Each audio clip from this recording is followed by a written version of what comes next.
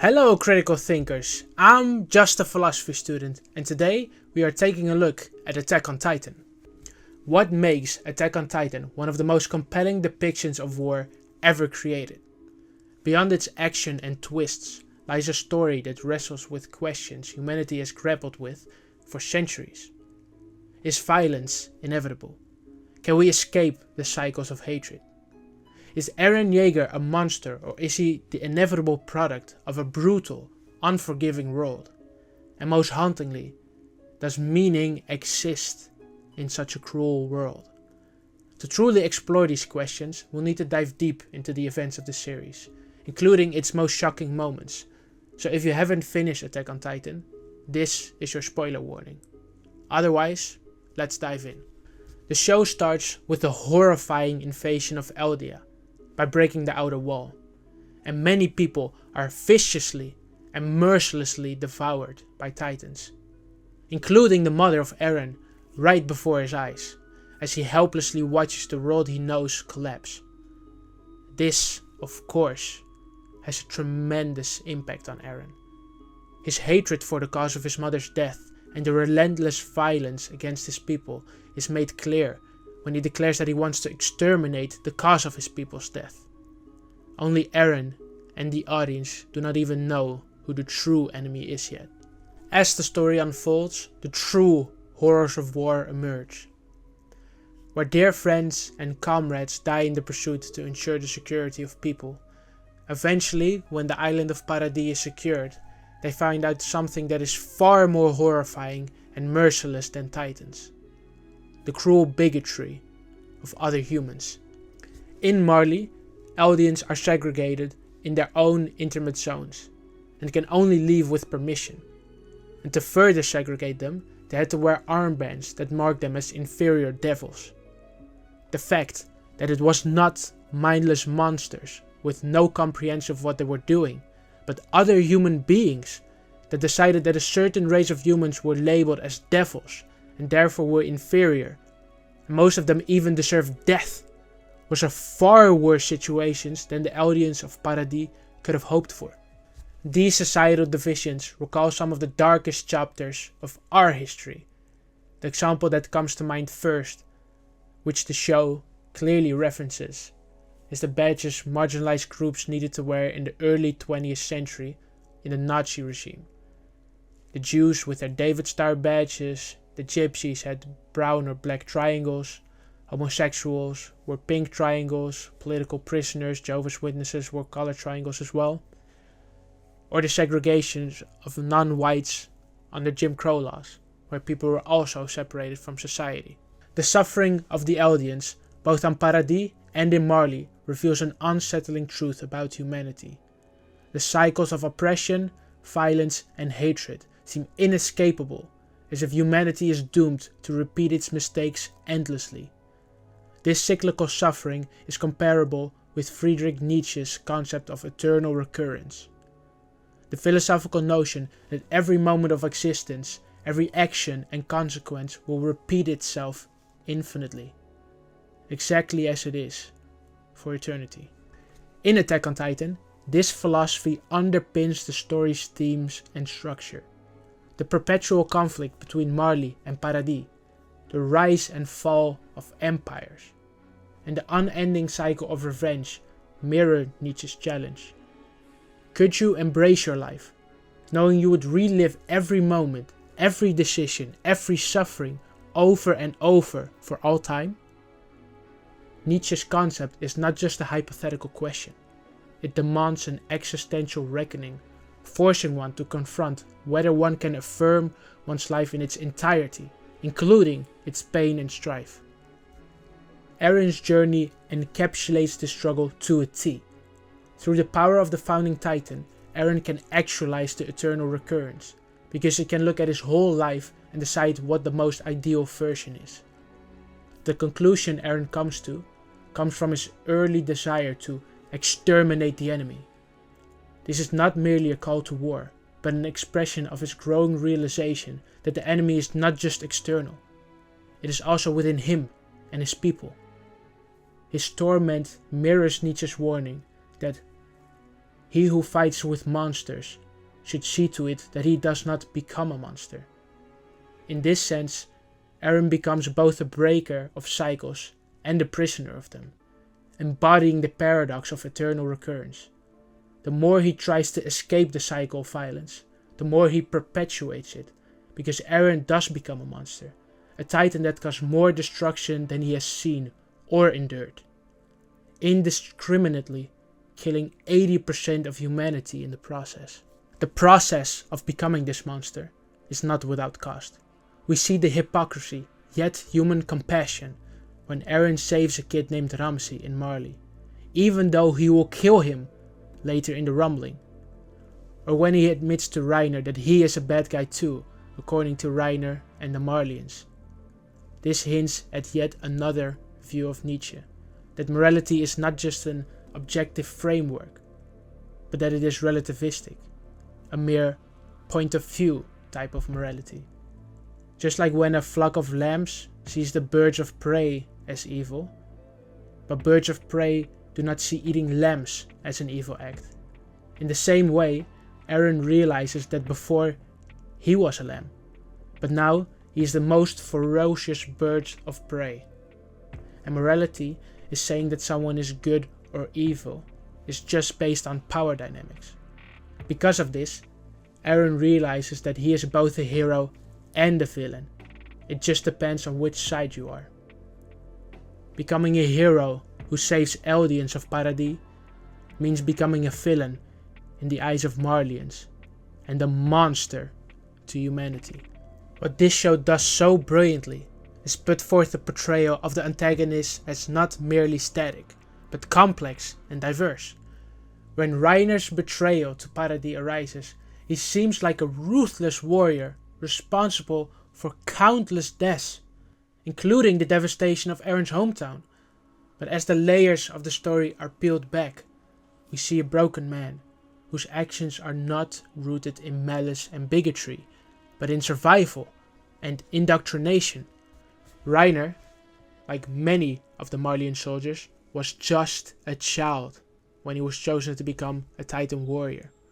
For him, the mission to infiltrate Paradis was not only about serving the Marlian Empire, it was a chance to prove he was not the worthless devil society branded him as.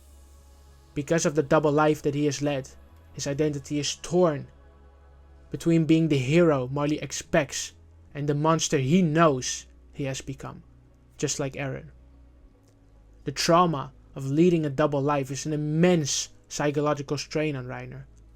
So much so that he exhibits symptoms of dissociative identity disorder.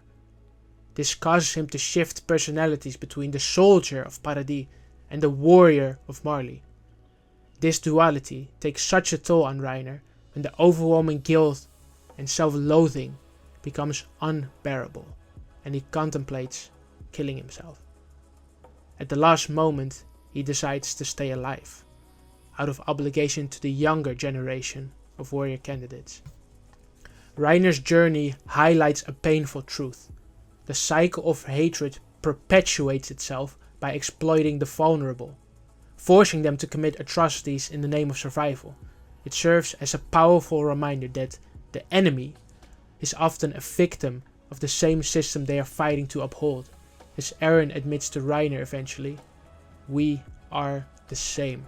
This acknowledgement of shared suffering sets the stage for one of the series' most profound questions.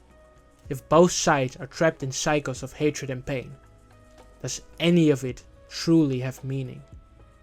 Here we see echoes of Albert Camus' philosophy of the absurd.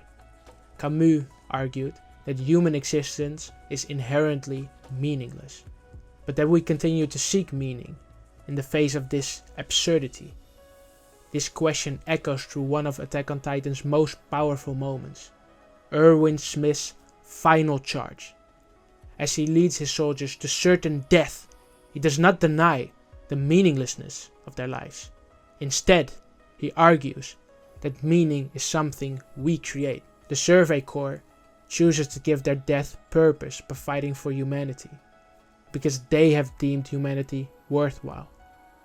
In the face of inevitable destruction, Erwin's speech is a defiant assertion that, even if life is inherently meaningless, we still have the power to define its value.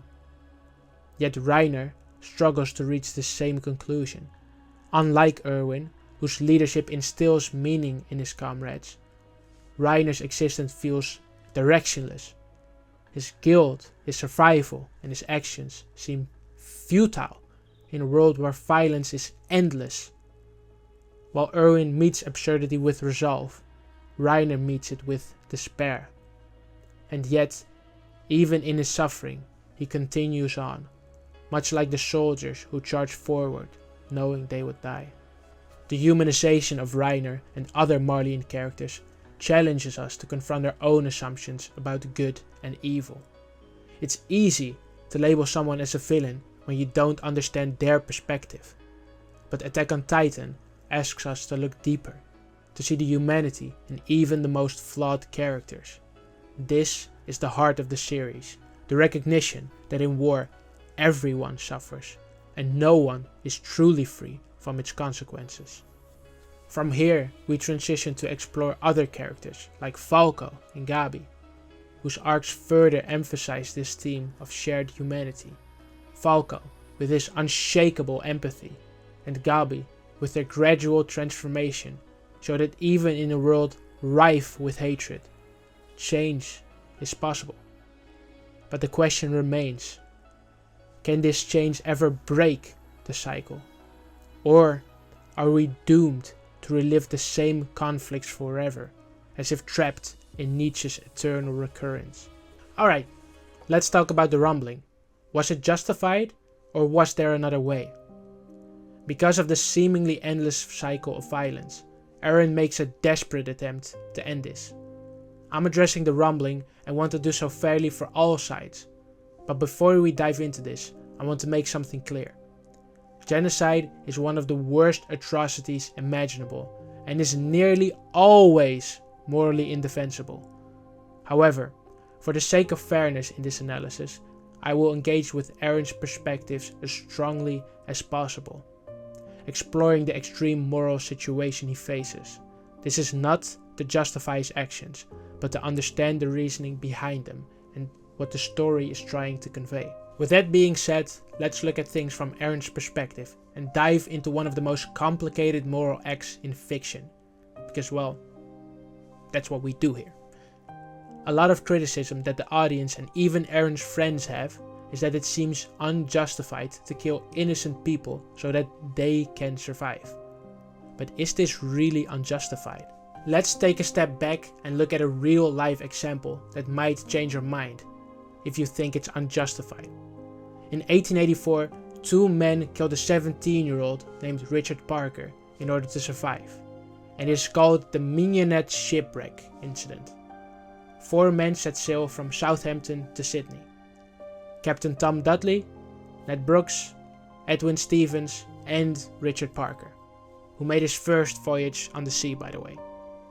An accident happened which caused the ship to sink, so they had to flee on a lifeboat to survive, with merely 2 tins of turnips and no fresh water. Through a lot of struggles, like fighting a shark and killing a sea turtle, they were fighting for their lives. After days without food or water, Richard Parker could not take it anymore and drank a lot of seawater, despite being told not to, because you will only die sooner. He got very sick and was barely able to move.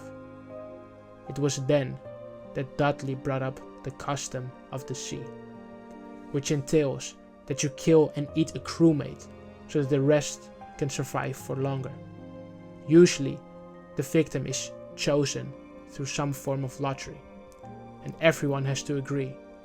Brooks, however, did not agree to the custom of the sea. Dudley said that instead of doing the custom of the sea, they could sacrifice Parker, because he's probably gonna die soon anyway. Brooks was repulsed by the idea and refused this as well. And Dudley made an argument that they all had wives and kids, and Parker was still a teenager, and it would be better that a single man die than that all of their kids grow up without fathers. And this convinced Stevens, so Dudley and Stevens killed Parker the next day. 4 days after this, they were rescued, and a lot of controversy happened. Dudley told everything, since he thought he did the right thing and everyone would understand. Then they were all detained.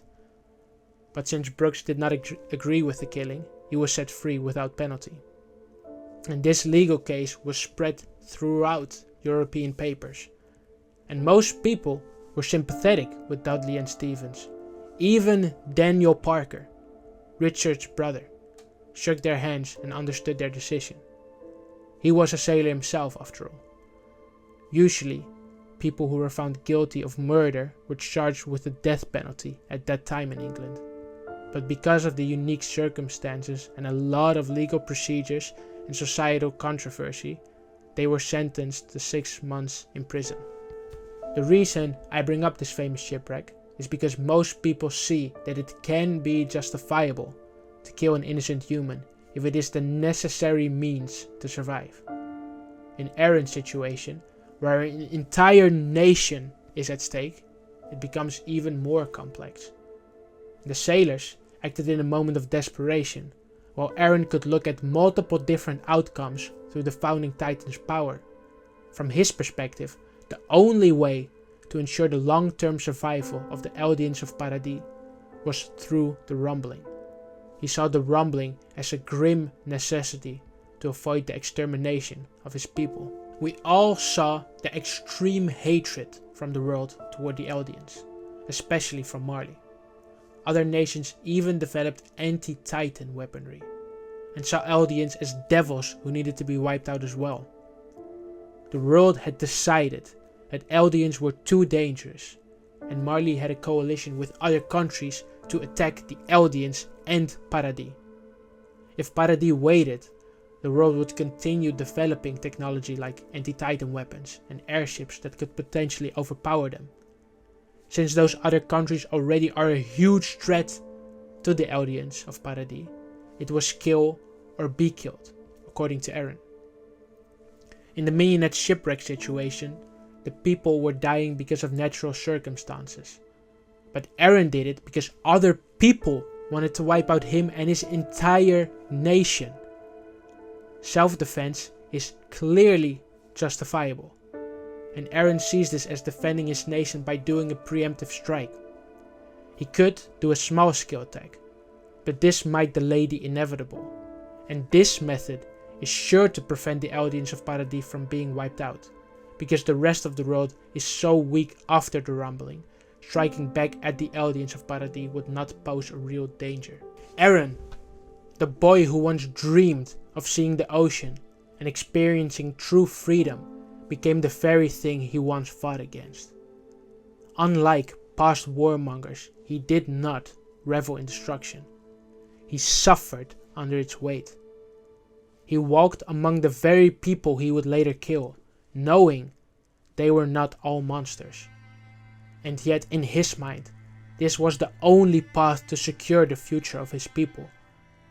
He never demanded that his friends follow him. He gave them the choice to oppose him, fully knowing that they would.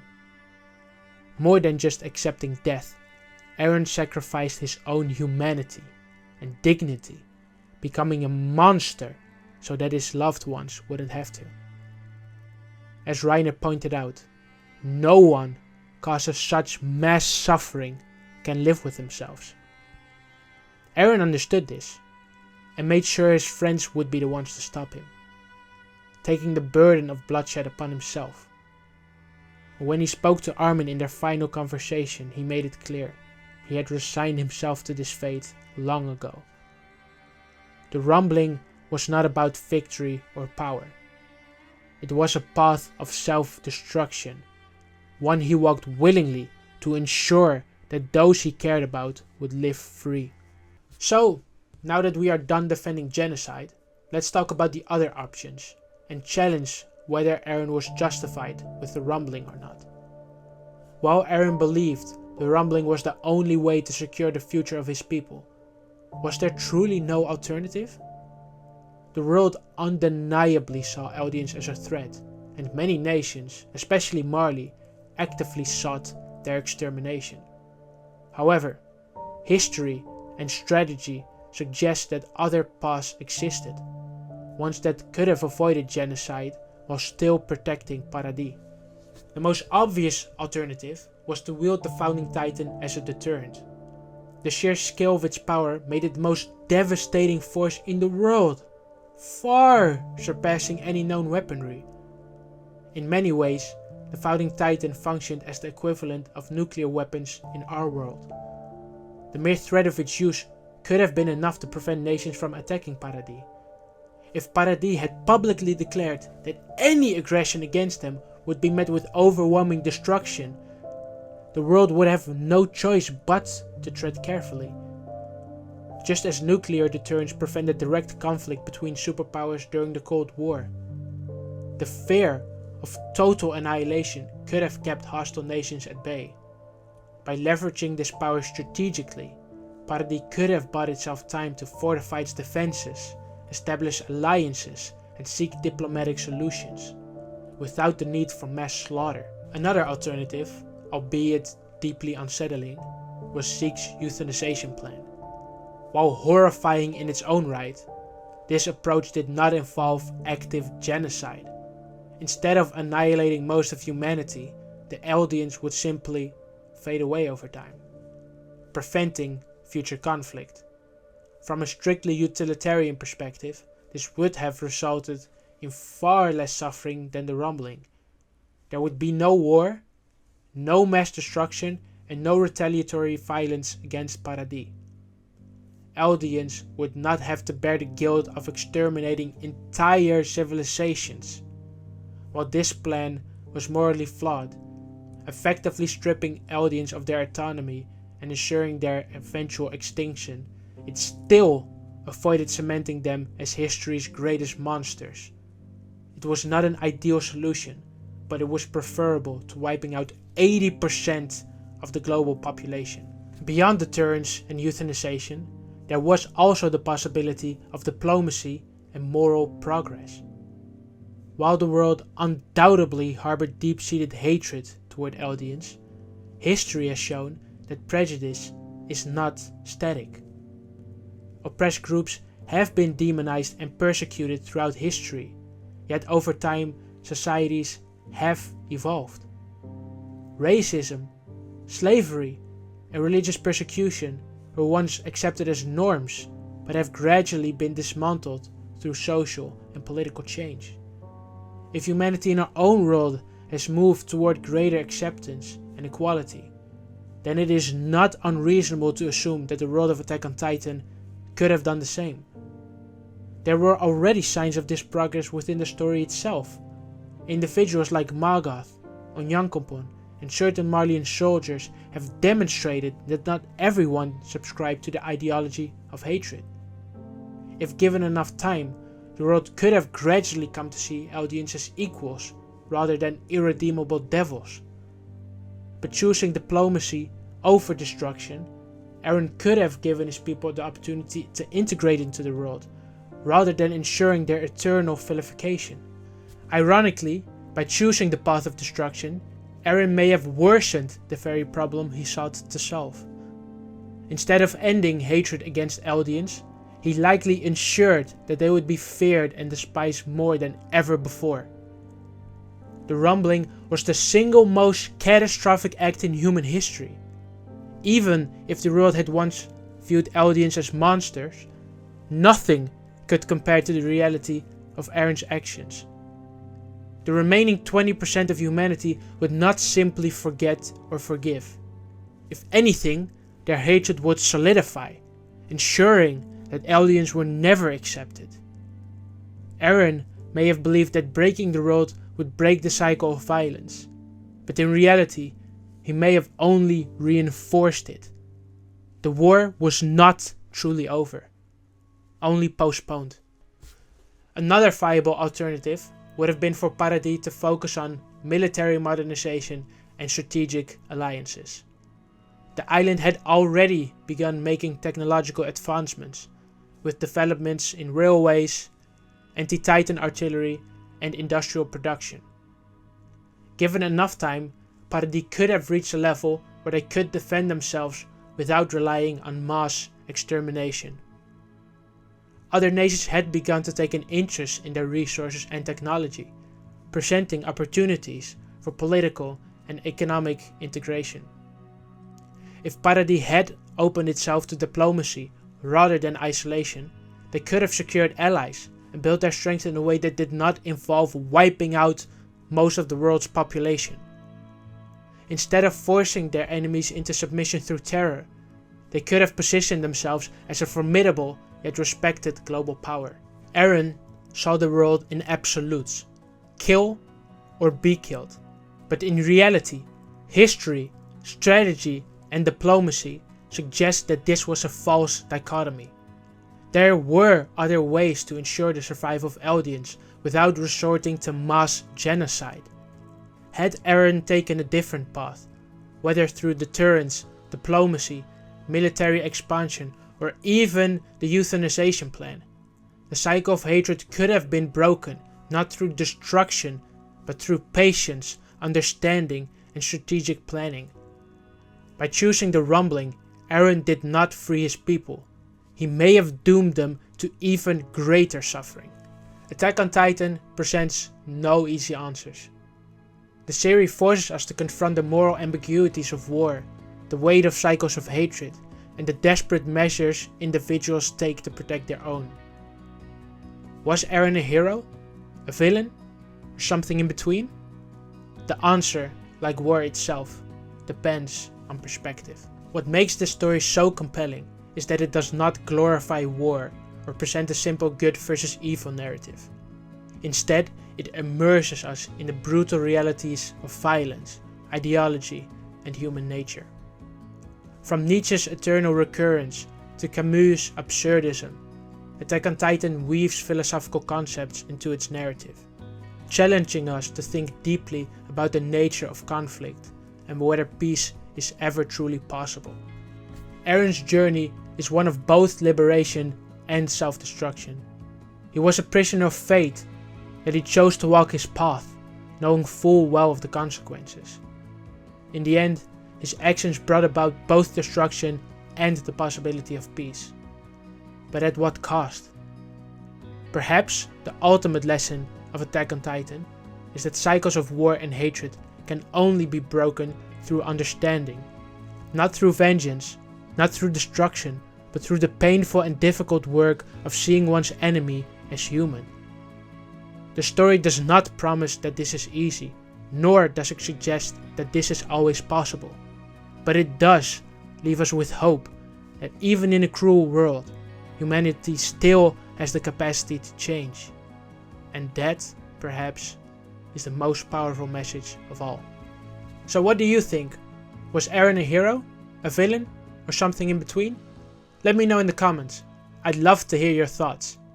If you enjoyed this video, don't forget to leave a like, and if you want more deep dives into anime, philosophy, and storytelling, consider subscribing. It really helps out the channel. As always, I've been just a philosophy student, and I'll see you in the next one. Thanks for watching.